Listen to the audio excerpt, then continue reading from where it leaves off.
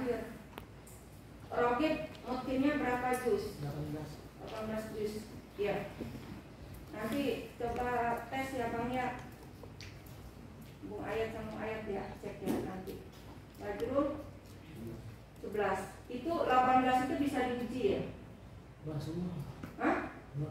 Kan urutannya mungkin, gitu. Nah, mungkinnya berapa juz? 15. Itu yang bisa diuji 15. Ya. Hah? Ya. Nah, tadi tes. Ya. Ditulis di Rokib, kita serahkan sama Bang Bas. Tulis Asma. Biar dites nanti. Kamu tes yang perempuan nanti ya. Bener gak dia? Ya, cek aja. Berapa? 15. Nanti abang bekali Bang apa yang perlu disiapkan ya. Kalau kedubes itu teknik-tekniknya, trik-triknya. Indra berapa juz Indra? 22 itu siap diuji. Fajrul tadi? 12. 11 yang siap diuji. Ayat? Nah? 19 yang siap diuji. Ayat 19. Eji? 24 yang siap diuji. Nah banyak, siapa tahu dapat semua. Maman berapa itu Mar? Hah? 8 juz Muhammad. Nah, kan muhafalannya bagus. Dimas 4 juz yang siap diuji. Siap betul nanti ya, siap diuji siap betul. Bilang hafal 30 juz gitu. Terabang lipat yang arahkan. Nah, upayakan betul ya, upayakan tahun ini kita dapat lagi beasiswa kedubes. Semoga nggak hanya 1 tahun ini, karena tahun zaman Abang Ibat yang mungkinnya banyak hanya Abang Ibat aja waktu itu. Yang perempuan, coba tunjuk tangan dulu. Yang mungkinnya di atas 10 siapa? 10. Mungkinnya 10 Ayumi. Siapa? Mazikra. Yang di atas 5 juz. Mungkin di atas 5 juz. Berarti 10 ke bawah. Sarah berapa? Gak lihat dulu. 10. Tadi kok gak tunjuk tangan pas 10? Kok gak kelihatan? Yang 10 siapa tadi? Tunjuk tangan yang tinggi, gak kelihatan Bu Nurul. Ayuni, Sarah, Zikra 10 juz. Terus yang di bawah itu tapi di atas 5 juz, tunjuk tangan. Jenny, siapa? Yang tinggi gak kelihatan kalau belakang itu. Alipia, Mirsa, Rahma, siapa ya? Pakai kacamata Nadia ya? Pakai kacamata baru gak tahu. Samara, Samara berapa juz? 9 juz. Dimungkinkan lagi, diulang lagi. Buat yang itu, yang di bawahnya terus dimungkinkan. Yang kedua, tetap buat kelas 12. Nanti Bunda minta Abang Ibat diselesaikan anak itu al-fahmu, tapi ambil waktu kata ayah jangan daurah. Ambil waktu subuh malam di jadwal ayah aja. Insyaallah kan kalau sampai Jumat kali selesai ya. Subuh al-fahmu. Berapa bab yang sudah? Ada separohnya nggak? Seperempatnya?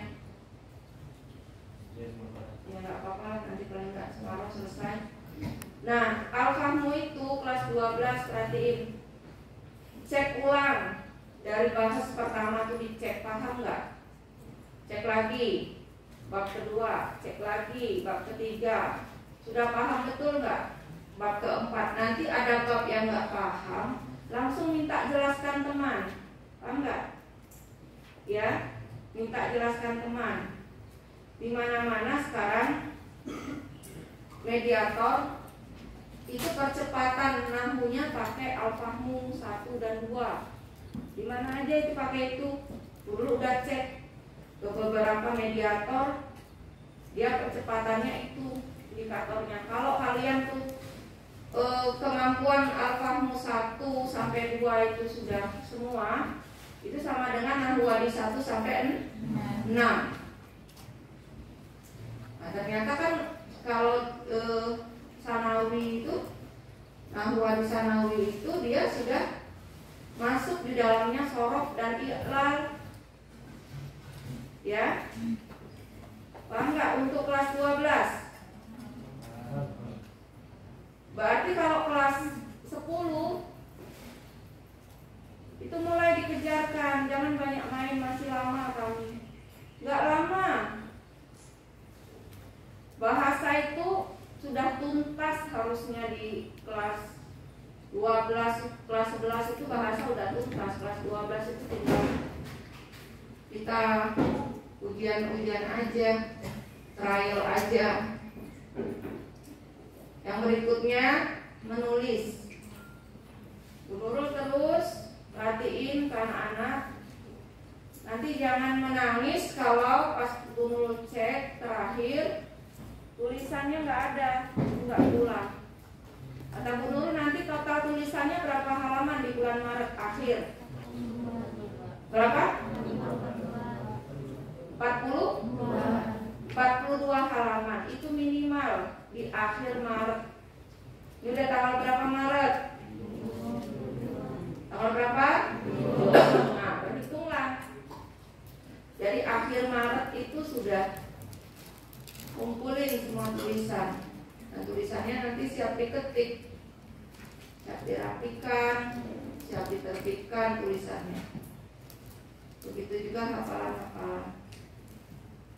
Buat yang mau lomba tingkat provinsi, Ajrul, Said, siapa tuh namanya, Malik, Zawata, itu persiapan ke Dubes udah sekali jalan aja, paham nggak?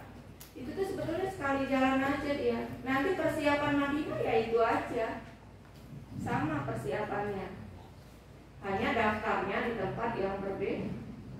Nanti kan Said, Fajrul, Ezi nanti berangkat sama itu, pakai travel, Mamak Damal. Bu Nurul udah usulkan nanti berangkatnya pas ijazah sudah turun. Jadi sekaligus muqabalah di sana. Ijazah turun, kita masukkan berkas, dapat nomor, langsung diantar muqabalah ke sana. Nah, muqabalah itu harus ada modal. Ya, jangan muqabalah tapi nanti Al-Qur'annya nggak mungkin. Ya, minta disimakkan yang betul. Nah, berikutnya masuk materi. Bu Nur udah jelaskan mengapa butuh, ya kalian butuh belajar ini kenapa. Kayaknya Bunda salah masukin ya. Benar ya? Yang kemarin Mbak, yang sekarang. Baru udah sampai sini ya? Ya.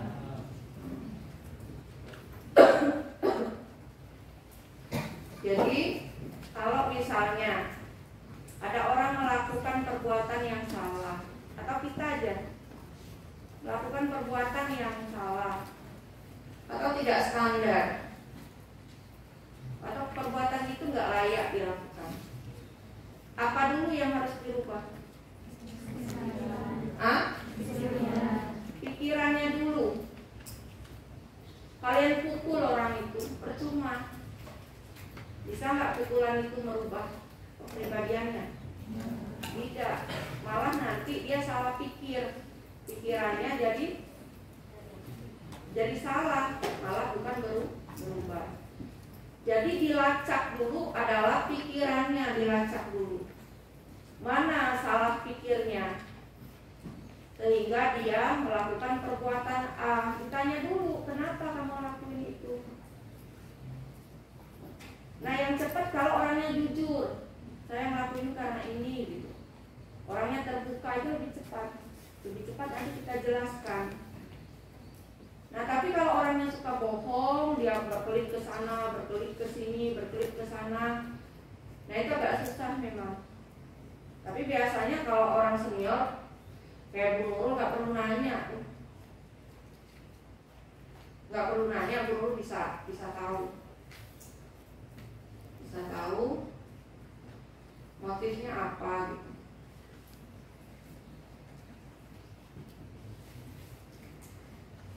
Kamu pulang dulu dan ambilin yang itu otak ibu. Nggak ada tiangnya. Ya, siapa? Kak Ismail. Ya, ya, oh ya. Jadi nanti yang dilacak apanya dulu? Pikirannya yang dilacak. Ya. Apa aja?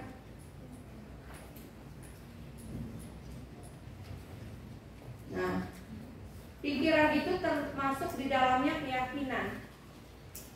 Jadi tindakan yang salah itu karena mungkin ada keyakinan yang salah. Tindakan yang salah itu dari keyakinan yang salah. Misalnya orang tuh badannya gede banget. Ternyata setelah dilacak dia suka minum susu. Enggak? Itu jangan dulu ditanya kenapa dilarang. Tanya dulu kenapa kamu minum susu itu kenapa? Oh ternyata ada keyakinan yang salah. Apa keyakinan yang salah? Minum susu, bangun tidur minum susu, pagi minum susu, mau tidur minum susu. Biar apa? Biar sehat. Betul, itu untuk siapa? Untuk siapa? Untuk siapa? Untuk bayi. Nah, berarti ada keyakinan yang salah dari ibunya. Ibu-ibu itu dia kan ngasuh anaknya dari kecil. Ketika anak itu berubah dari misalnya seusia merangkak, berubah ke usia TK, berubah ke usia SD, SMP dan SMA. Kadang ibu masih mengasuh anaknya seperti anak yang merangkak. Nah, sehingga anak tadi masih punya pikiran kayak gitu karena diturunkan oleh ibunya. Itulah keyakinan seperti itu yang harus dirubah. Misalnya gini, ada orang pakai bajunya tuh hitam, biru, hijau. Pakai baju hitam, biru, hijau. Terlihat kumal. Itu kan tindakan bukan? Sikap bukan? Sikap. Kumal. Bau. Nah, kita lacak dulu apanya kata Bu Nurul. Apanya yang dilacak? Pikirannya. Jangan-jangan ada keyakinan yang salah. Ya, keyakinan yang membatasi. Ya. Apa keyakinannya? Ternyata kalau baju hitam itu tidak mudah kotor.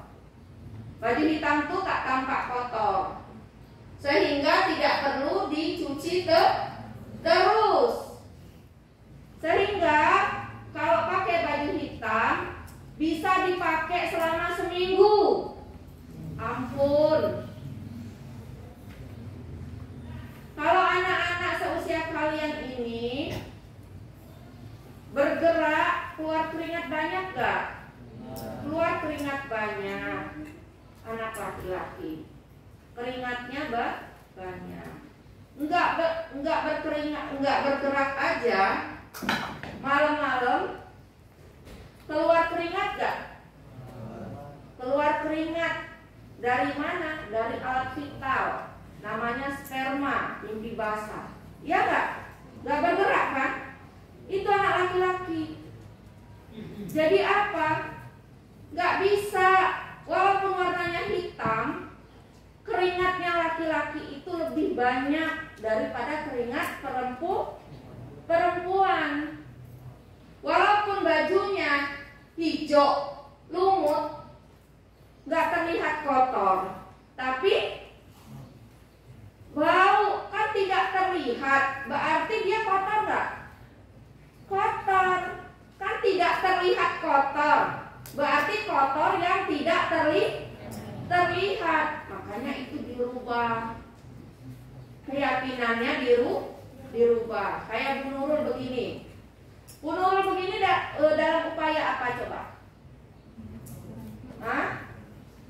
Dalam upaya apa?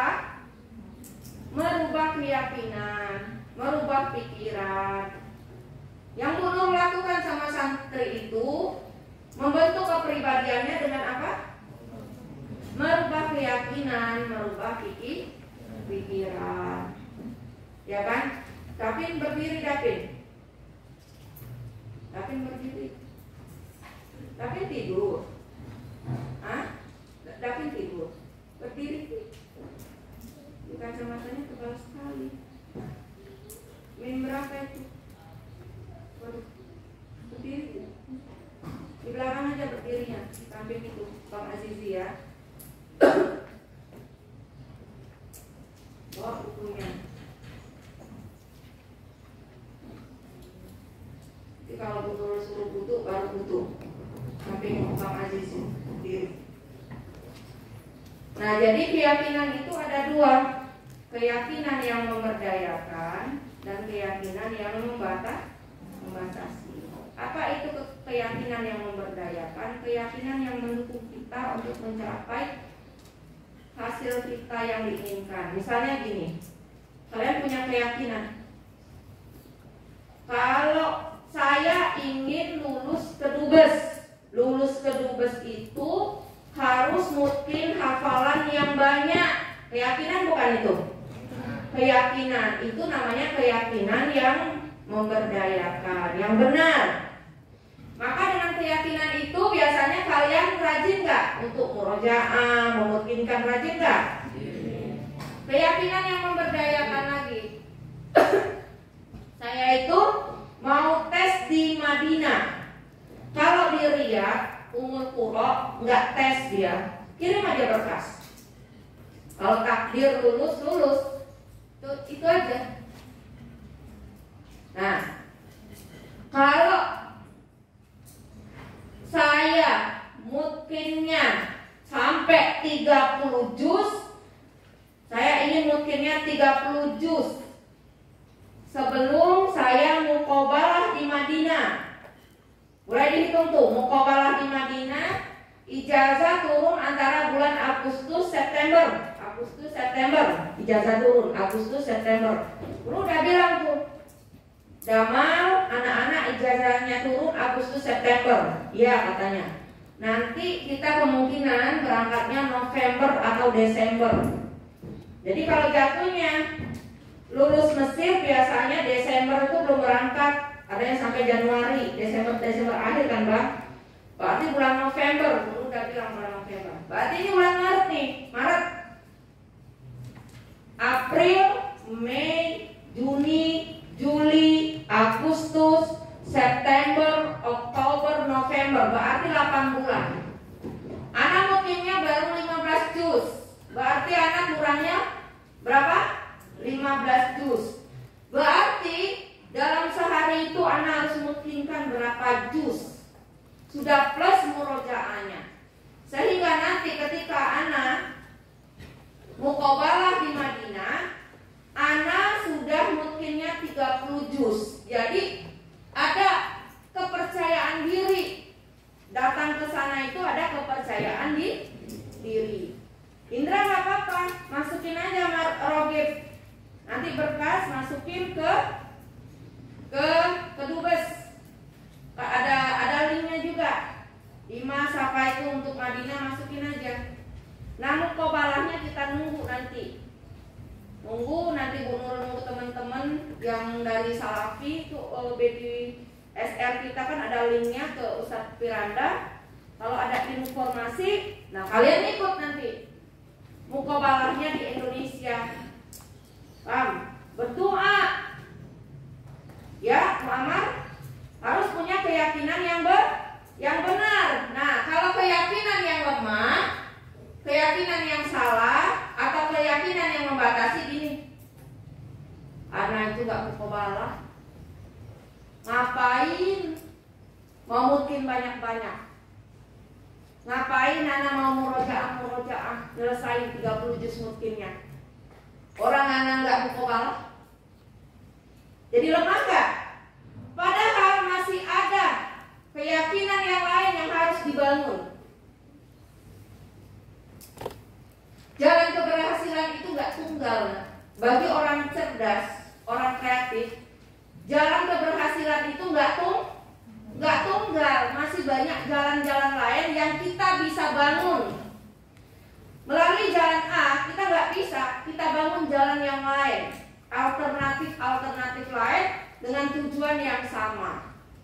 Tadi Bu Nurul bilang, bangun keyakinan. Saya walaupun tidak mukobalah langsung, paling tidak saya kirimkan berkas saya ke Madinah dan Ummul Qura.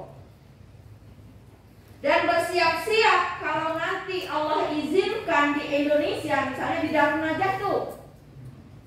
Darun Najah, kita dapat informasi, silakan yang mau mukobalah di Darun Najah. Kita datang ke Darun Najah, Pam.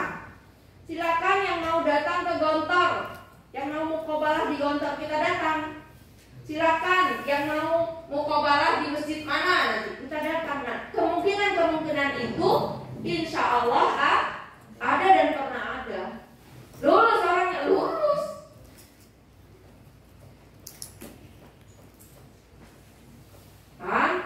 Paham ya? Buat yang putra ya. Jadi harus punya keyakinan yang benar. Jangan keyakinan yang menyesatkan. Begitu juga yang perempuan. Anak kayaknya gak usah lah ikut ke Dubes. Orang anak hafalannya cuma berapa? Kalau itu keyakinan yang benar apa yang salah? Kalau orang punya keyakinan begitu, pasti lulus apa pasti nggak lulus? Pasti nggak lulus. Orang punya keyakinan yang benar aja belum tentu lulus, apalagi punya keyakinan yang salah. Jadi harus punya keyakinan yang benar. Makanya buat anak-anak, kalau ada sesuatu sikap nih misalnya nggak benar, biasanya Bu Nurul panggil. Kalau Bu Nurul panggil itu dalam rangka marah apa memperbaiki keyakinan yang ada. Memperbaiki keyakinan yang ada. Karena itulah ilmu Bu Nurul, dan hari ini Bu Nurul akan berikan kepada kalian. Sudah paham sampai di sini? Jadi orang itu berbuat karena pikirannya. Pikiran itu karena keyakinan. Keyakinan ada dua, keyakinan yang membangun dan keyakinan yang melemahkan. Jangan pernah simpan keyakinan yang melemahkan. Contohnya, saya nggak bisa. Itu keyakinan yang menghancurkan. Saya malas. Itu keyakinan yang merusak. Gak mungkin. Itu keyakinan yang buat kalian hancur. Jangan pernah simpan keyakinan-keyakinan yang salah dalam hidup kalian. Kalau kalian tidak tahu keyakinan itu adalah salah, kemudian orang ngasih tahu keyakinan itu adalah salah, maka cepat kalian ganti. Ya. Nah, ini kenapa hasil jelek? Karena keyakinan bahwa itu sulit. Kalau keyakinannya mungkin, potensinya keyakinan bahwa itu sulit, tidak mungkin, maka potensinya terhambat. Ikhtiar tidak maksimal, hasil menjadi jelek. Tadi kan udah perlu jelaskan ya. Masakan gak enak, mungkinnya dikit.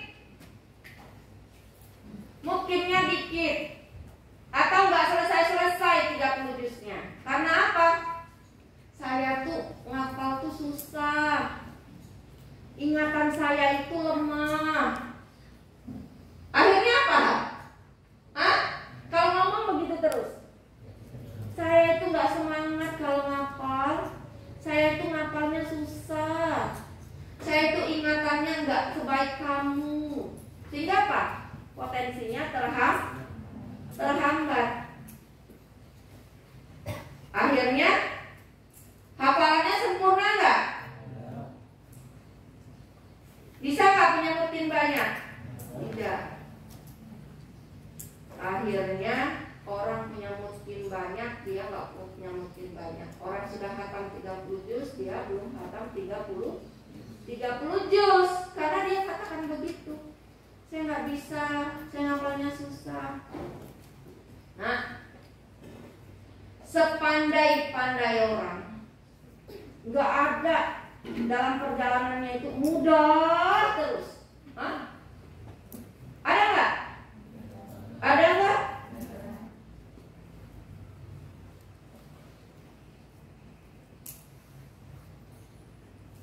Nggak ada. Mungkin kalian lihat Ibu Nurul enak banget ya. Nurul udah doktor gitu. Apa kemudian perjalanan Bu Nurul mencapai itu mudah semua? Tanpa tantangan? Enggak. Kenapa bisa melaluinya? Karena punya keyakinan yang benar. Semakin besar tantangan, semakin besar capaiannya. Maksudnya apa Bu Nurul? Gini, soal matematika Fatima TK, kira-kira soal matematikanya apa? Iya, tambah-tambahannya apa? 1 tambah 5. Ya. Sekarang soal matematikanya si Fauzan berapa? Coba Pak Jurul, soal matematikanya Imam. 1/4 kali 1/5. Jauh nggak? Hah? Berarti semakin besar tantangannya, semakin tinggi makomnya, capaiannya. Karena Fatimah mau naik ke TKB, si Fauzan mau naik ke kelas 6. Itu keyakinan yang benar. Kalau misalnya sekarang soal matematikanya kelas 12 apa Pak Jurul? Roge, soal matematika kelas 12. Median. Jangan median. Median apa? Kan soal kata Bu Nurul, bukannya judul. Apa? Soalnya apa? Median dari nilai kelas 11 berapa? Udah apaan? Itu orang mau lulus SMA, mau masuk kuliah. Sekarang pertanyaan Bu Nurul, bisa nggak naik dari kelas 12 kemudian kuliah kalau tidak mengerjakan UN? Nggak ikut UN. Susah UN itu. UN itu susah. Saya nggak mau ikut. Bisa nggak dapat ijazah? Enggak, susah itu susah. Misalnya jebakan UNMI itu saya nggak mau ikut. Bodoh amat, susah. Mau anak presiden sekalipun bisa dia dapat ijazah? Nggak bisa. Begitu juga. Jadi harus punya keyakinan yang benar. Apa tadi keyakinan yang benar? Setiap tantangan dan kesulitan yang dihadapi itu, ya, itu akan menghasilkan sesuatu yang lebih besar. Kalau kita tinggalkan, maka sesuatu yang besar itu akan hilang. Nanti misalnya gini, kata Abang Ibad, S2 di Mesir itu susah nggak?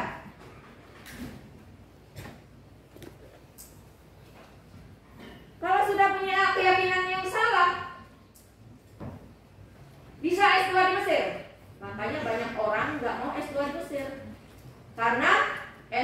Mesir itu susah dan lama, ya. Tapi kalau orang punya keyakinan yang benar, saya pengen jadi ulama besar.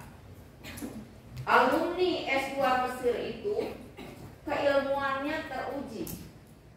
Maka kalau saya ingin dapat gelar S2 Mesir, saya harus mampu melalui itu semua dengan baik. Bisa sih cepat masuk perguruan tinggi di Indonesia yang cepat gitu karbitan. Bisa selesai S2 nggak? Bisa. Kualitasnya apa sama? Tidak. Begitu juga misalnya gini.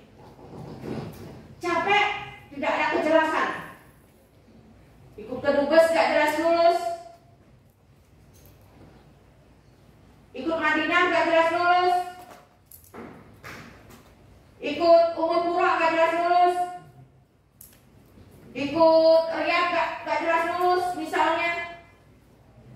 Terus kita minta rekomendasi ke sini, minta rekomendasi ke sini, minta rekomendasi ke sini. Misalnya 3 kita mau ikut perguruan tinggi Madinah, Mekah, ya, terus mana lagi misalnya King Abdul Aziz misalnya. Itu rekomendasinya beda-beda, nggak bisa. Kita harus cari lagi tokoh yang lain. Kalau kita misalnya punya keyakinan tadi yang salah, anak nggak mau repot, pusing anak, udah yang satu ini aja. Akhirnya apa? Hasilnya rendah. Maka berhati-hatilah membangun keyakinan, ya. Maka anak-anak sekalian, anak-anak usia puber ini anak-anak yang perlu didampingi oleh orang tua. Kalau Bu Nurul sebagai guru, Bu Nurul selalu memberikan suntikan-suntikan keyakinan yang benar kepada seluruh santri. Bu Nurul akan mengecek satu persatu keyakinan para santri. Itu melalui apa Bu Nurul ngecek? Melalui mutabaah itu. Melalui apa kemandirian harian itu Bu Nurul ngecek? Ada nggak keyakinan yang salah? Dari bangun malas misalnya santri itu, berarti itu menunjukkan apa? Kalau ada anak misalnya bangunnya lama, kalau perlu baca, berarti anak itu apa? Punya keyakinan yang salah dalam hal apa? Bangun. Berarti cara benerinnya gimana? Panggil, jelaskan, jangan-jangan dia nggak tahu, ya kan? Bu Nurul udah senang betul tuh, orang udah banyak laporan ke Bu Nurul. Sekarang Didi suaranya kencang, Samsul, oh udah gagah, ya, ya Pak Jul, udah gagah belum? Nah, udah jahil dikit. Bolehlah bonus dulu awal-awalan. Nah, tapi nanti kalau udah naik kelas 12 gak boleh lagi jahil-jahil. Ya, jadi dari perbaikan keyakinan. Cek, apakah ada hasil yang tidak berubah meskipun sudah berusaha macam-macam. Misalnya gini, orang hasilnya udah tinggi semua, saya kok hasilnya nilainya masih kecil. Orang mutinnya udah banyak, kok saya mutinnya dikit. Teman-teman misalnya sudah punya tulisan, saya belum punya tulisan. Teman-teman udah pada rajin, saya masih malas. Itu dicek apa yang salah. Padahal semua mendapatkan pemikiran yang sama dari Bu Nurul. Semua mendapatkan motivasi yang sama dari Bu Nurul. Kenapa hasil yang kita capai itu berbeda? David boleh duduk. Duduk lagi di depan sini. Nah, dicek. Tadi ini cara cek keyakinan. Apa yang Anda yakini tentang aktivitas itu? Misalnya, contohnya Hadi. Hadi mungkinnya berapa, Di? Ziadanya sehari berapa? Ziada nggak Ardi? Ziada sama siapa? Ustaz? Sama siapa? Sama Fauzan? Sama Ustazah Ulia? Manggilnya jangan kakak ya, Ustazah Ulia. Nanti manggilnya kakak, nanti manggilnya Ulia. Nanti punya keyakinan yang salah. Paham nggak? Manggilnya siapa? Ustazah Ulia. Dengan panggilan Ustazah Ulia, punya keyakinan bahwa itu ustazah. Paham? Berapa sehari? Hah? Paling banyak setengah halaman. Paling sedikit berapa? 3 baris. Sekarang Nurul tanya Hadi, kenapa Hadi ngapalnya 3 baris? Jawab yang jujur. Lihat Bu Nurul.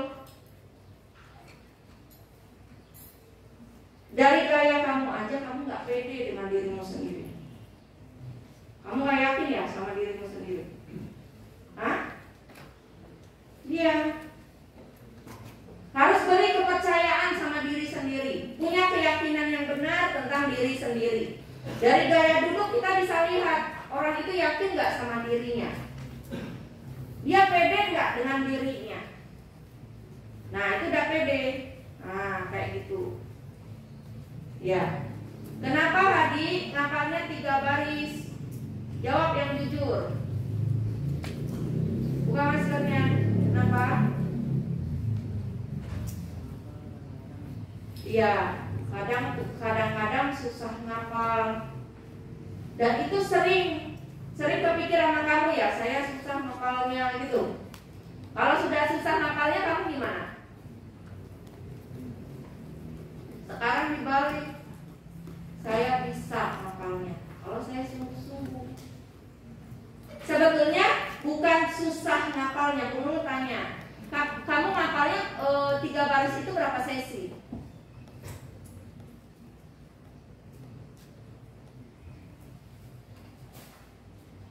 Dapat 3 baris itu berapa kali kamu ngapalnya?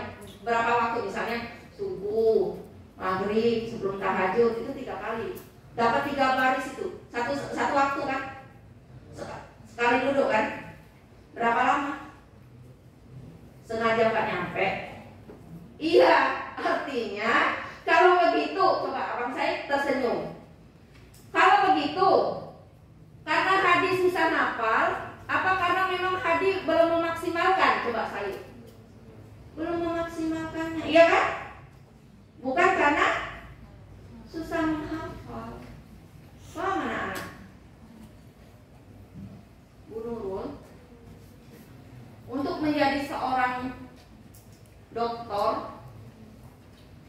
dengan aktivitas punya anak kecil, punya bayi, punya suami, jadi dosen, punya pondok pesantren, sama kayak kalian. Agar bisa menyelesaikan studinya, caranya bagaimana? Kalau kita punya keyakinan yang salah misalnya, mana lagi waktu saya mau ngurusin anak, mau ngurusin suami, ngurusin santri, saya mau ngajar juga, jadi dosen, waktu saya mana lagi? Jadi penuh nggak waktunya? Penuh nggak? Penuh waktunya, nggak ada waktu lagi, sibuk. Bu Nurul nggak menggarisbawahi pekerjaan Bu Nurul itu, nggak Bu Nurul sebut, nggak Bu Nurul apa. Bu Nurul menit saja waktunya. Oke. Anak saya bangunnya, misalnya anak saya bangunnya itu jam 4. Jam 4 dia bangun. Ustadz, dia bangunnya jam berapa? 3.30 misalnya. Guru tulis 3.30. Nanti Ustadz ceramah subuhnya jam berapa? Dari habis subuh sampai jam 7. Ya enggak? Ustadz nanti perginya jam berapa? Ustadz perginya jam 10 sampai jam 12. Nanti Ustadz pergi lagi kapan? Ustadz pergi pergi lagi nanti pada asar sampai dengan jam 10 malam atau jam 11 malam. Oke? Ya tuh, tulis. Saya ke PT IKI, jadwalnya hari apa? Hari Sabtu. Tulis, hari Sabtu. Dari jam berapa sampai jam berapa? Tulis, jam sekian sampai jam sekian. Udah kelihatan tuh nanti waktu kosongnya. Oh, berarti waktu yang nggak ada suami, nggak harus ngajar di PT IKI, nggak harus rapat yayasan, nggak ada training, jam berapa? Berarti waktu Bu Nurul masih bikin disertasi itu, Bu Nurul bangunnya jam 1 malam, jam 1. Ketik tuh. Sampai nanti Bu Nurul tutup, kalau anak bangun, suami bangun tutup tuh. Nanti kalau subuh usah ceramah kan? Dari pada subuh sampai jam 7 Bu Nurul buka lagi laptop. Lagi. Udah tuh. Ustaz selesai tuh, makan kan? Baru tutup lagi tuh laptop. Enggak ditutup, diginiin aja. Terus buka lagi. Buka lagi jam berapa? Jam 10 Bu Nurul buka lagi. Nanti kapan lagi? Malam Bu Nurul buka lagi sampai Ustaz pulang. Kalau Ustaz pulang sampai jam 12, sampai jam 12 malam Bu Nurul. Kayak gitu. Sampai kakak awal bilang gini, udah sampai kapan sih harus menulis? Katanya sudah selesai S3-nya, kenapa Bunda harus menulis terus? Ya karena Bunda ini dosen. Kalau Bunda tukang sapu, maka Bunda menyapu terus. Iya kan? Kalau Bunda misalnya sapam, maka Bunda akan jaga terus. Kalau Bunda ini misalnya tukang bangunan, maka bangun terus, bangun terus. Karena Bunda dosen, maka kerjaan Bunda ya begitu, mengajar, meneliti, training. Paham anak-anak? Paham? Nah, jadi kalian tulis, jangan bilang begini, nggak ada waktu lagi anak ziyadah. Kok nggak ada waktu lagi ziyadah? Padahal aku mau lihat dia bolak-balik, waktunya lama banget bolak-balik. Itu berarti keyakinan yang sah. Dipastikan ada keyakinan yang salah. Mozart dari MI itu sudah hafal 30 juz. Kelas berapa kamu 30 juz? Hah? Kelas 5. Kamu setoran nggak Mozart Arif sekarang? Sama siapa setorannya? Udah nggak setor lagi? Kenapa nggak setor? Ustaz Arif setorannya jam berapa? Siang kan? Setoran sama Ustaz Arif siang? Siang ini? Kamu kenapa nggak setoran sama Ustaz Arif? Nggak sama Bu Karunia, nggak juga sama Ustaz Arif? Hah? Nggak disuruh setoran? Sama siapa nggak disuruh setoran?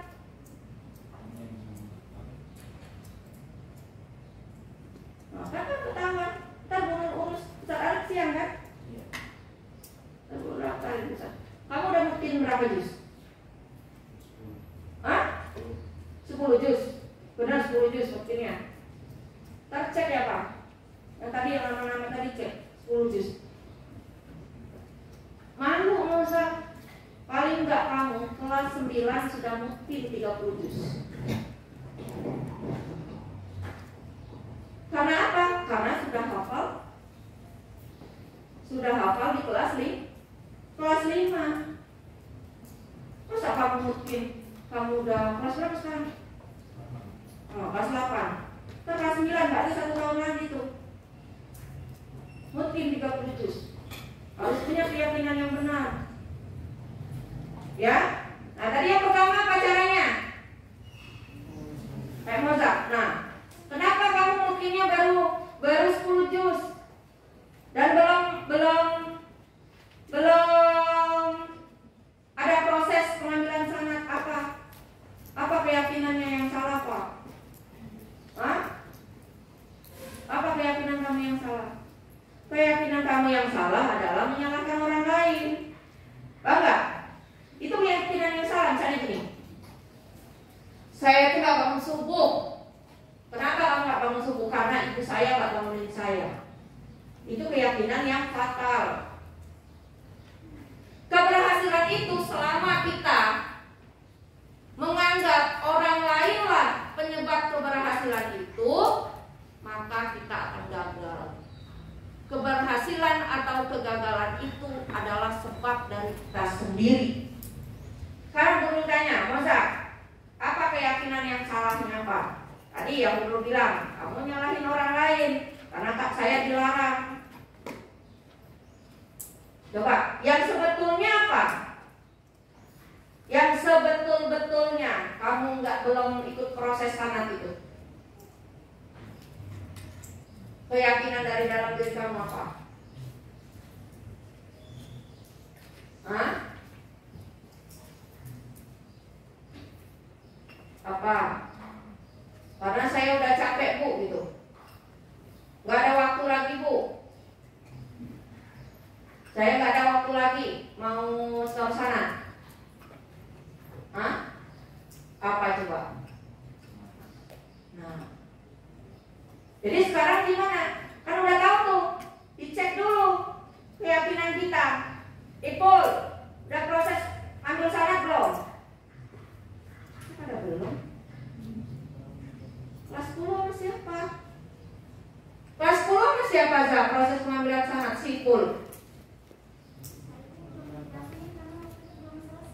Oh, belum selesai dia. Coba yang 30 juz belum proses pengambilan sanad siapa? Tunjuk tangan. Catat nih. Fadli, Saiful, Khairul, siapa? Raja. Muhammad mah udah mau tamat Muhammad. Rogib mah harusnya kan di Ustadz Arif. Enggak pernah ya di Ustadz Arif ya? Oh. Belum lulus. Mozart? Belum memang. Tadi cari kali diukur. Mozart masih jauh ininya karirnya. Panjang. Sauki udah 30 juz. Itu begini kan? Kenapa Uki? Oh iya, Ilai mau daftar pasukan sana. Oh iya belum ya. Nanti. Nah. Itu tadi yang 30 juz belum ambil sana. Fatih udah? Udah berapa juz Fatih? Kalau Ustadz Arif 4 juz. Nanti di cek kakak sama siapa? Ustadz Arif. Dari yang laki-laki sama Ustadz Arif kan nanti kan yang MA udah. Siapa aja sama Ustadz Arif? Siapa aja sekarang? Khairul udah sama Ustadz Arif tadi. Aziznya udah masuk sama Ustadz Arif. Selalu sama Iman ya. Orang berapa itu? Orang 5. Tadi yang belum berapa orang? Yang belum berapa orang? Nah, ya. Jadi cari keyakinan yang salah apa? Kalau pas keyakinan yang ditemukan itu muncul gini. Saya ini bandel karena ngikutin raja. Nah, berarti keyakinan benar apa keyakinan salah? Keyakinan salah, masa berbuat ngikutin orang lain. Nah, keyakinan itu harus dirubah. Apa yang Anda yakini tentang kemampuan terkait aktivitas tersebut? Misalnya, ya, tadi saya mau mutimin hafalan, saya mau ngambil sanad. Keyakinan salahnya apa? Keyakinan yang salahnya, saya belum didaftarin nama pondok, jadi udah saya nunggu aja. Keyakinan benar apa salah itu? Salah. Nah pikir, biar kita terdaftar dalam mungkin pengambilan sanad, berarti apa yang keyakinan apa yang harus kita lakukan apa? Apa Ipul?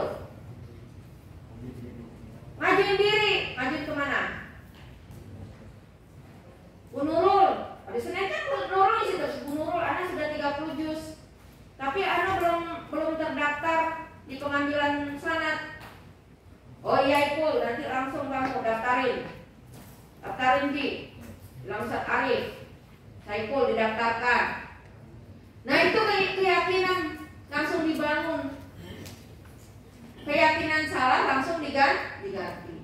Apa yang Anda yakini tentang diri Anda terkait aktivitas tersebut? Udah tadi ya, aja. Nih, ini pikiran kita. Ada pikiran sadar, ada pikiran bawah sadar. Jam berapa ini?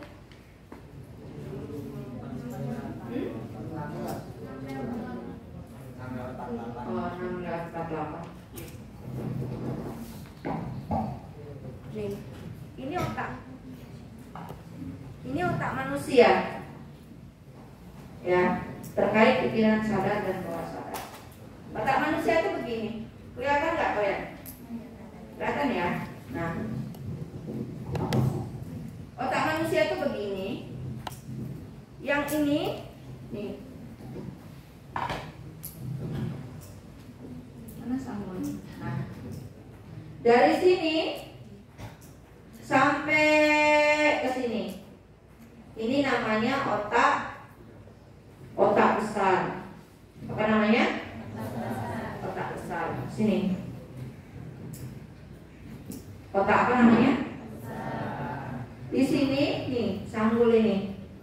Ini otak kecil yang sanggul.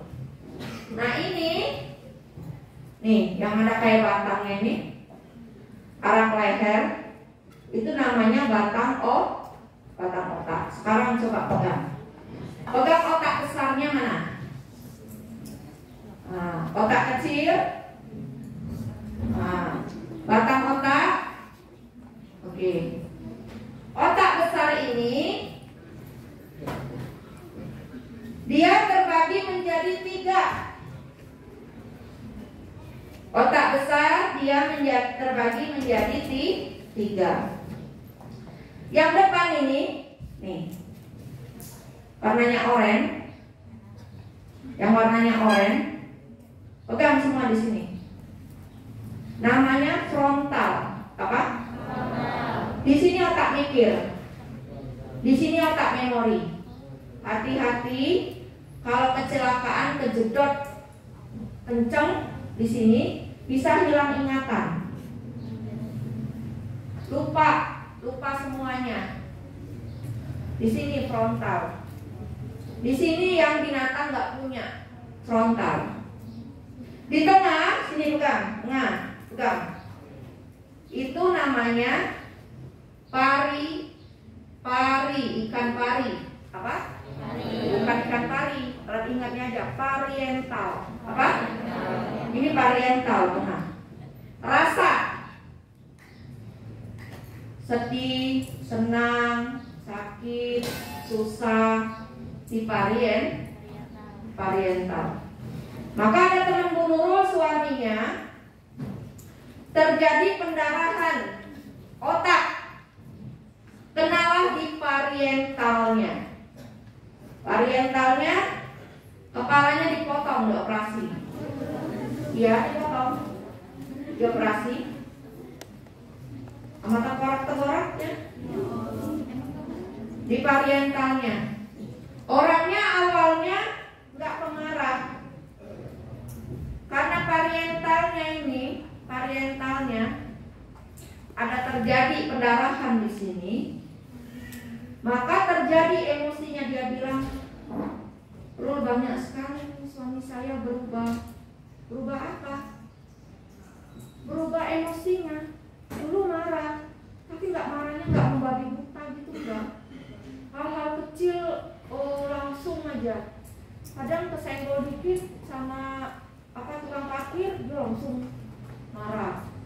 Makanan nggak cocok aja, dia langsung marah. Pokoknya hal-hal kecil lah yang biasanya dia nggak marah itu marah.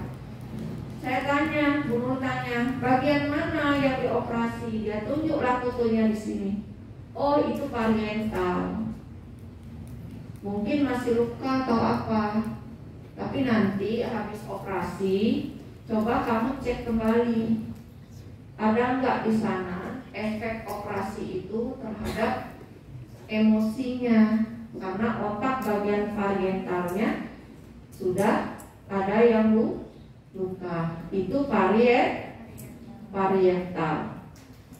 Nah, yang di bawah ocit, bukan ocit. Ocit mah omrosit, dipanggil ocit. Ini occipital. Kalau nanti terbentur jatuh Fajrul, orang kamu dapat suci, terbentur sini ada batu di sini Fajrul, bisa buta. Occipital fungsinya untuk mengatur penglihatan. Nah, di sini yang samping ini temporal untuk pendengaran. Paham ya? Nah, di sini otak kecil itu dia emosi. Otak kecil apa? Emosi. Disinilah area bawah sadar otak kecil. Tapi area bawah sadar melatih sesuatu yang perlu dilatih. Misalnya gini, otak kecil ini dia bawah sadar, geraknya itu sudah refleks. Tetapi hasil latihan, misalnya tapak suci, ya kan? Orang tapak suci. Kalau dipegang orang sini, dia biasa refleksnya di mana? Kalau dipegang orang sini dia, ya kan? Itu gerak kalau sudah refleks begitu, ya begini aja. Atau misalnya gini, Eji sama Said urotal akan nikah Abang Ibat. Abang Ibat gak maksud menerima tuh, tiba-tiba salah, refleks aja Bang Ibat membenarkannya. Nah itu dari otak kecil. Jadi dia refleks keluarnya, tapi hasil latihan. Misalnya apalagi gerak refleks hasil latihan. Naik tangga ya nggak? Hasil latihan nggak itu? Hasil latihan. Berjalan itu hasil latihan. Itu bawah sadar, tadi kan yang bawah sadar. Tapi bawah sadar hasil latihan. Ada lagi batang otak. Batang otak ini untuk gerak refleks juga sama dengan otak kecil. Tapi dia tidak perlu latihan. Apa contohnya? Misalnya ada debu, kita gini, langsung menjam mata. Latihan dulu nggak? Salam, BAP, mau mengeluarkan bom, latihan dulu nggak? Latihan dulu nggak? Refleks. Jantung berdegup kencang, begini. Latihan dulu nggak? Darah mengalir. Latihan dulu nggak? Nggak perlu latihan.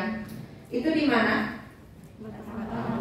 Di batang otak. Nah, jadi dari otak besar itu area sadar, masuk ke otak kecil, ke batang otak. Dan nanti ini di balik sini, nih di sini nih di batang otak sini. Antara otak besar dan batang otak, antara otak besar dan batang otak ada namanya sistem limbik. Sistem limbik ini dia mengeluarkan hormon-hormon emosi. Misalnya hormon rasa sayang, hormon rasa benci, hormon yang mendorong orang untuk marah, untuk bahagia. Nah, misalnya gini, kata Rasul, salinglah memberi hadiah. Kalau kalian saling memberi hadiah, maka akan muncul saling menyayangi. Itu dari mana? Otak mana yang atur itu? Sistem limbik. Kalau kalian tersenyum, nah senyum itu adalah sodako. Kalau senyum zat hormon kebahagiaan. Makanya dulu Bu Nurul pernah sakit jantungnya berdetak kencang, ke jantung itu Bang, apa nggak tahu, ke jantung Bu Nurul sampai ke UIN kan, ada Bu Nurul masuk rumah sakit UIN. Ternyata jantungnya nggak masalah. Ternyata Bu Nurul terlalu serius.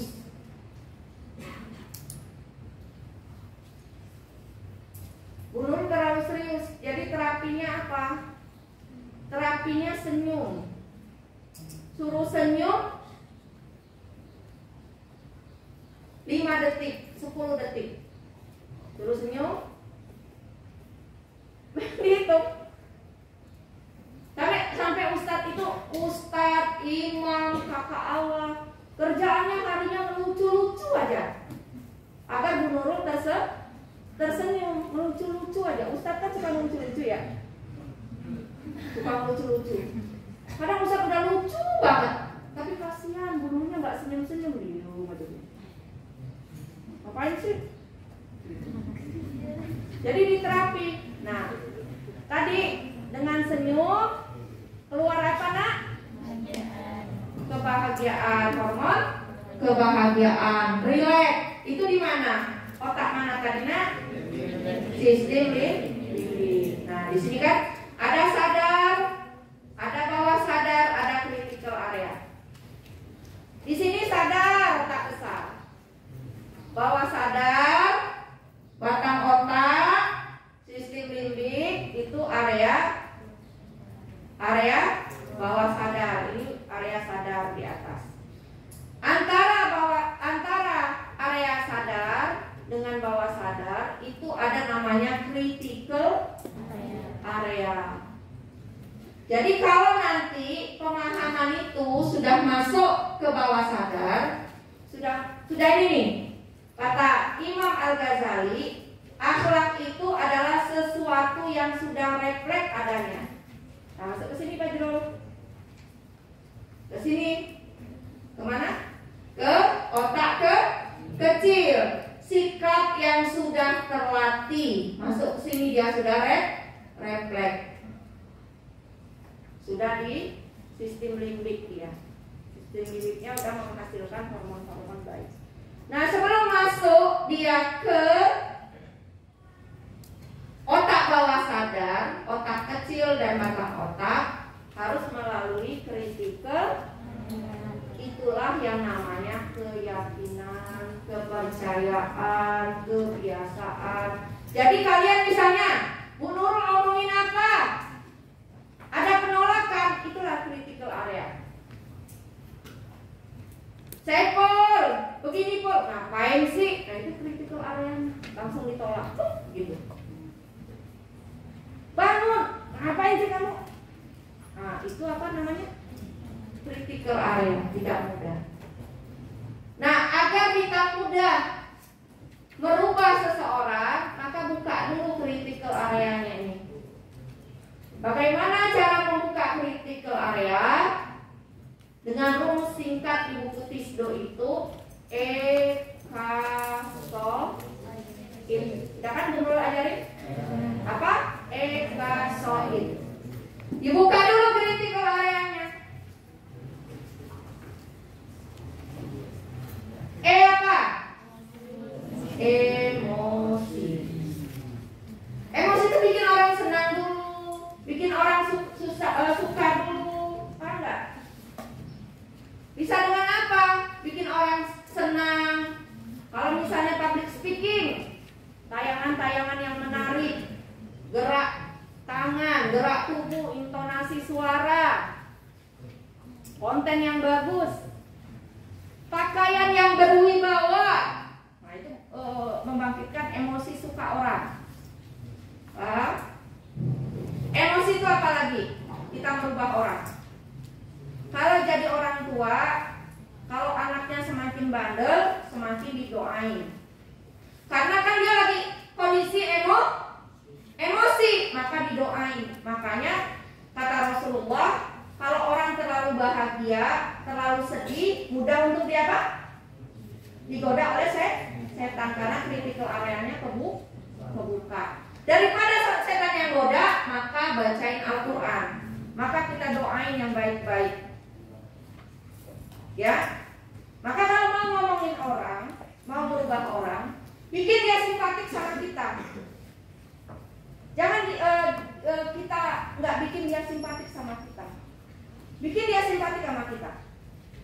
Mungkin dari cara kita ngomong, cara perhatian kita ke dia.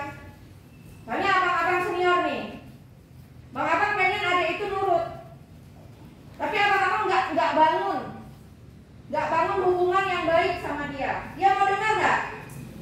Meremehkan, melecehkan dia, tidak menghargai, mau dia nurut? Gak mau dia nurut. Atau kita tunjukkan kalau kita itu bisa, kita tuh mampu. Sekarang begini, misalnya, tuh kemarin mau latihan silat padang sama Pak Fajrul. Pertanyaan Bu Nurul, Haris, kenapa mau dilatih sama si Fajrul? Nama Haris. Buka. Apa? Kenapa? Haris kenapa?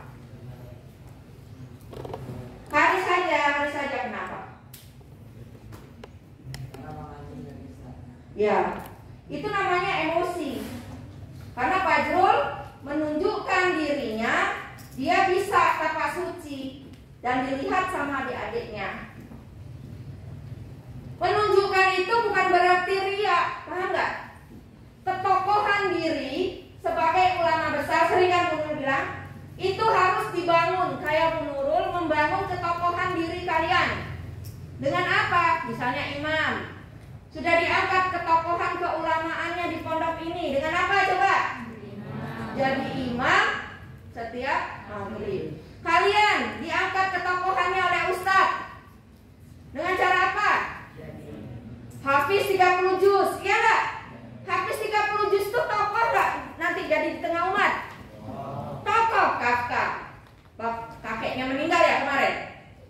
Bapaknya telepon, Kafka disuruh mimpin doa, mimpin tahlilan, mimpin apa. Lah kalau dia ngajinya Iqra, siapa yang mau nyuruh? Ya nggak? Jadi emosi masyarakat tuh dibangun. Dengan apa tadi? Keilmuan kita. Ya, terus apa lagi? Dengan sikap kita, sering ke masjid, ya nggak? Itu bisa nggak ngebangun emosi masyarakat dengan rajin ke masjid, selalu jadi imam. Kita selalu bersedekah, berbagi, menolong, itu bisa. Jadi emosi. Kalau ada teman menangis, jangan begini. Iya, memang sebel, Anda juga sebel bener sama kita, sebel. Akhirnya apa dia? Tambah bandel. Orang dia critical areanya sedang kebuka, gak begini. Jenuh Fajrul, kata si Indra. Iya, kata Fajrul. Ya kalau gitu kita refreshing aja, menatap bulan di langit. Iya. Nah, saling mempengaruhi jadinya dia, karena emosinya terbuka. Ingat, kalau ada yang futur tak udah malas, maka hati-hati memberi nasihat. Bangun keyakinan yang benar. Jangan begini, lagi futur tuh. Aku terpenjara di antara Sayyid dan Fajrul. Wah, bangun puisinya keyakinan yang ini nih, yang merusak. Akhirnya Fajrul mengajukan proposal. Kata bapaknya, kata ayah, si Dimas dibawa aja ke Bengkulu. Sudah boleh, kata Mak Dimas. Saya telepon Mak Dimas, kapan katanya nelpon bapaknya Fajrul?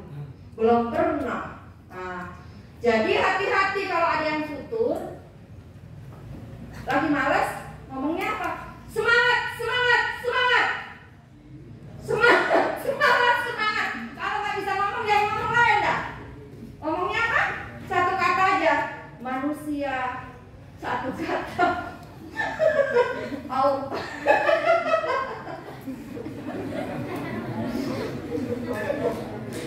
Itu ada kisahnya. Hanya Bu Nurul dan Abang Ibat yang tahu. Apin, ya maaf lagi. Jadi kalau lagi ada yang emosi, sedih, bosan, maka jangan salah-salah ngomong. Emosi. K, kelompok. Nah, hati-hati nih. Misalnya mau mempengaruhi orang, maka kelas 12, lihat kami kelas 12. Kan rajin belajar. Lihat kami kelas 12. Nah, dengan kelompok yang lebih baik, maka bisa mempengaruhi orang. Termasuk juga, lihat kami kelas 12. Bodoh amat, biarin aja Ustadz keluar. Kami kelas 12, cek aja, santuy, misalnya gitu. Nah, maka adik-adik bawahnya gimana? Mudah. Hati-hati berkelompok, maka jangan dekati kelompok-kelompok yang tidak benar. Pasti nanti kalian akan ikut. Paham nggak? Masuk ke bawah sadar. Hati-hati masuk ke pertemanan yang tidak baik. Maka harus pandai-pandai cari teman. Karena secara tidak sadar kalian akan ikut. Begitu juga kalau mau semangat, masuklah ke kelompok yang semangat. K, kelompok. S, senior. Nah, misalnya Sukri, cari senior yang rajin siapa? Kalau seniornya yang malas, deketin. Karena senioritas itu bisa mempengaruhi orang. Maka hati-hati dekat sama kakak senior. Pilih kakak senior yang rajin, yang taat. Nah, hati-hati juga jadi kakak senior. Karena keburukan kalian itu mudah untuk diikuti oleh junior. Karena critical area adik-adik ini dia akan mudah terpengaruh oleh para senior. Nah, maka gunakanlah kesenioritasan kalian untuk mempengaruhi kebaikan kepada adik-adik ke kelas. Orang tua. Makanya kata-kata orang tua itu lebih tajam, lebih didengar oleh anaknya. Karena kata-kata orang tua, nasihat orang tua itu membuka critical area. Sudah omongan orang tua, dia sambil nangis, tapi bikin kalian juga ikut nangis. Orang tua ngomong, sudah orang tua bikin kalian nangis, tambah itu critical area-nya kebuka. Pernah nggak? Kekeh terhadap sesuatu. Tapi kalau sudah ngomong sama orang tua, berubah pikiran. Nah, karena memang critical area akan kebuka kalau orang tua ngomong. Ibadah. Kalau kalian dalam ibadah, maka critical area kebuka. Orang kalau critical area itu kalau dalam ilmu tasawufnya hijab antara diri kita dan Rob. Jadi cahaya Allah itu nggak bisa tembus dia. Ada hijab. Nah, hijab itu akan terbuka, dia akan tembus dengan apa? Ibadah. Dengan sholat. Makanya pas sholat, habis sholat itu berdoa.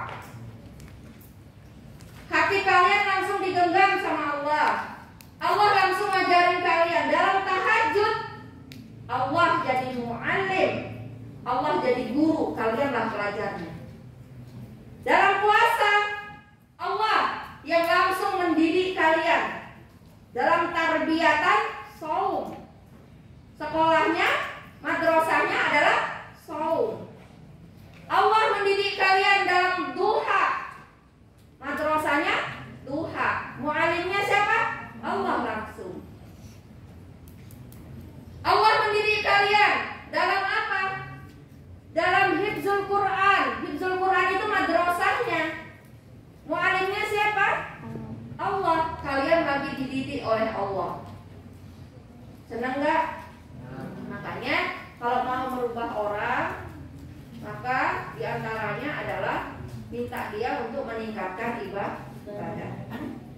Tidur. Jadi kalau menjelang tidur, kalau ada adik kelas menjelang tidur, kita kita disuruh oleh Rasulullah Shallallahu Alaihi Wasallam diantaranya baca apa nak? Surah Al-Mulk. Untuk apa? Jadi dalam menjelang tidur itu kita bisa menginstal informasi-informasi Quran itu masuk ke bawah sadar. Makanya menjelang tidur biasakan baca Al-Quran. Menjelang mau bangun setel lagi atau baca lagi Al-Quran. Karena dia akan masuk ke area bawah sadar. Nah, Bu Nurul tanya, Bu Nurul nggak tahu ya kalau kalian pernah nggak misalnya dalam tidur tuh kalian ngejem tidur, apa dalam tidur itu masih murojaah, apa dalam tidur itu masih, misalnya kalau Bu Nurul tuh karena Bu Nurul penulis ya, saya Bu Nurul tidur, Bu Nurul pernah ngomong ya waktu itu ya, Bu Nurul ini capek, bukan capek apa? Capek tidak bisa menghentikan pemikiran Bu Nurul, nggak bisa berhenti. Pikiran Bu Nurul ini ngomong terus waktu itu, tapi sekarang Bu Nurul udah bisa, menceritakannya udah bisa. Ngomong aja dia, nggak berhenti. Ngomong apa? Misalnya nanti, oh tema ini, oh ini tuh isinya ini. Kata Imam Al-Ghazali begini, kata Ibnu Sina begini, kata Ibnu Sina begini. Nanti ini tulisannya ini begini terus begitu. Nanti hadisnya begini, nanti Al-Qur'annya begini.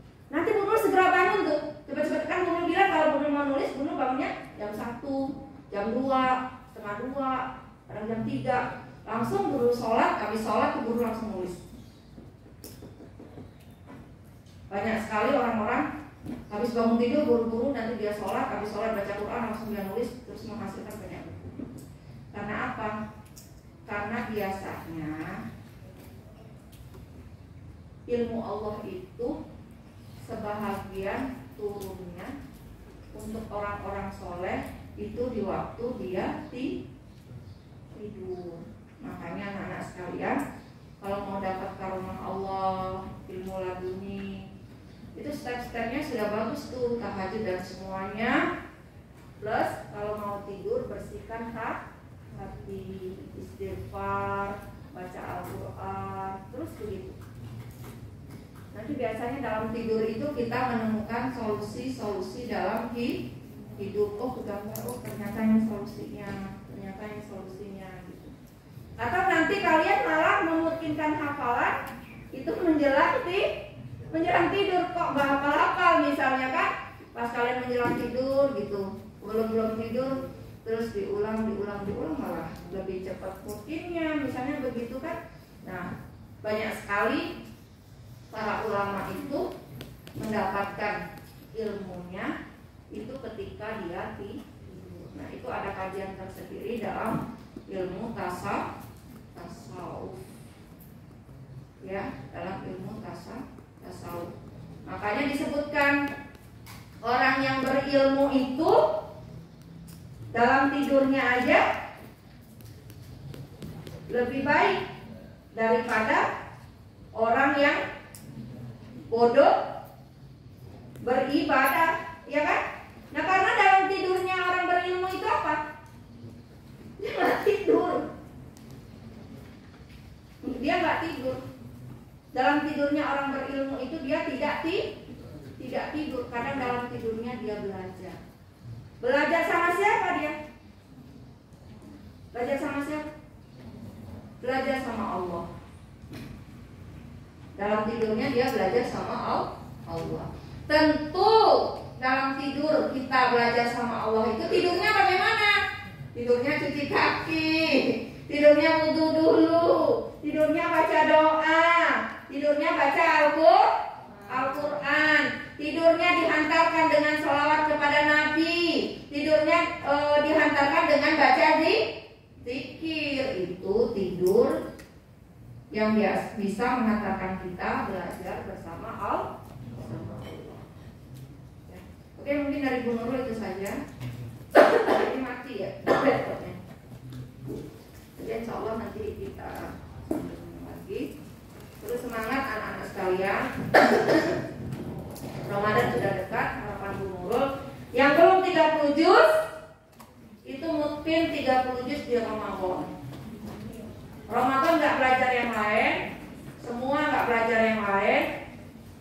Nanti kita akan bikin daurah, biasanya Bu Nurul dalam satu sesi, biasa kita bikin 5 sesi dalam sehari. Satu sesi itu misalnya dia hafalnya sehalaman. Berarti kalau 5 sesi berapa halaman? Hah? 5 halaman. Berarti kalau sebulan dapatnya berapa juz? 150 berarti berapa juz, Pak? Hah? 7,5 juz. Kalau dia sehalaman. Nah itu pengalaman si Kafka pernah satu sesi berapa Kafka? Satu sesi 2 halaman. Hah? Berarti kalau 5 sesi 10 itu berapa juz? Setengah juz. Pernah sehari 1 juz kan? Nah, nanti nggak tahu nak di Ramadan keberapa pertolongan Allah itu datang. Mungkin Ibam di Ramadan kedua satu sesi 1 juz. Jadi 5 juz Ibam. Berarti untuk 30 juznya butuh berapa hari? Nah, makanya nanti kita akan mulai di Ramadan pertama kita sudah iktikaf di masjid ini. Betul-betul luruskan niatnya, kita beriktikaf di masjid ini. Kelas 12 munajat kepada Allah, niatkan iktikaf, dimudahkan, diluluskan Timur Tengah, dapat beasiswa. Nanti entah di Mekah, entah di Madinah, entah di Mesir, di sana bisa jadi ulama besar di sana. Kan kalau sudah mau doktor di sana, berarti bangun kehidupan di sana. Nah, dapat informasi dari Abang Irfan, Bang Irfan udah jadi imam pula di Mesir ya Bang ya. Nah, jadi insya Allah kalau nanti pada lulus ke Mesir, peluang untuk jadi imam itu sangat besar. Baik Qurani? Baik Qurani? Bisa. Insya Allah bisa luar biasa. Bila kita wal hidayah. Wassalamualaikum warahmatullahi wabarakatuh. Waalaikumsalam warahmatullahi wabarakatuh.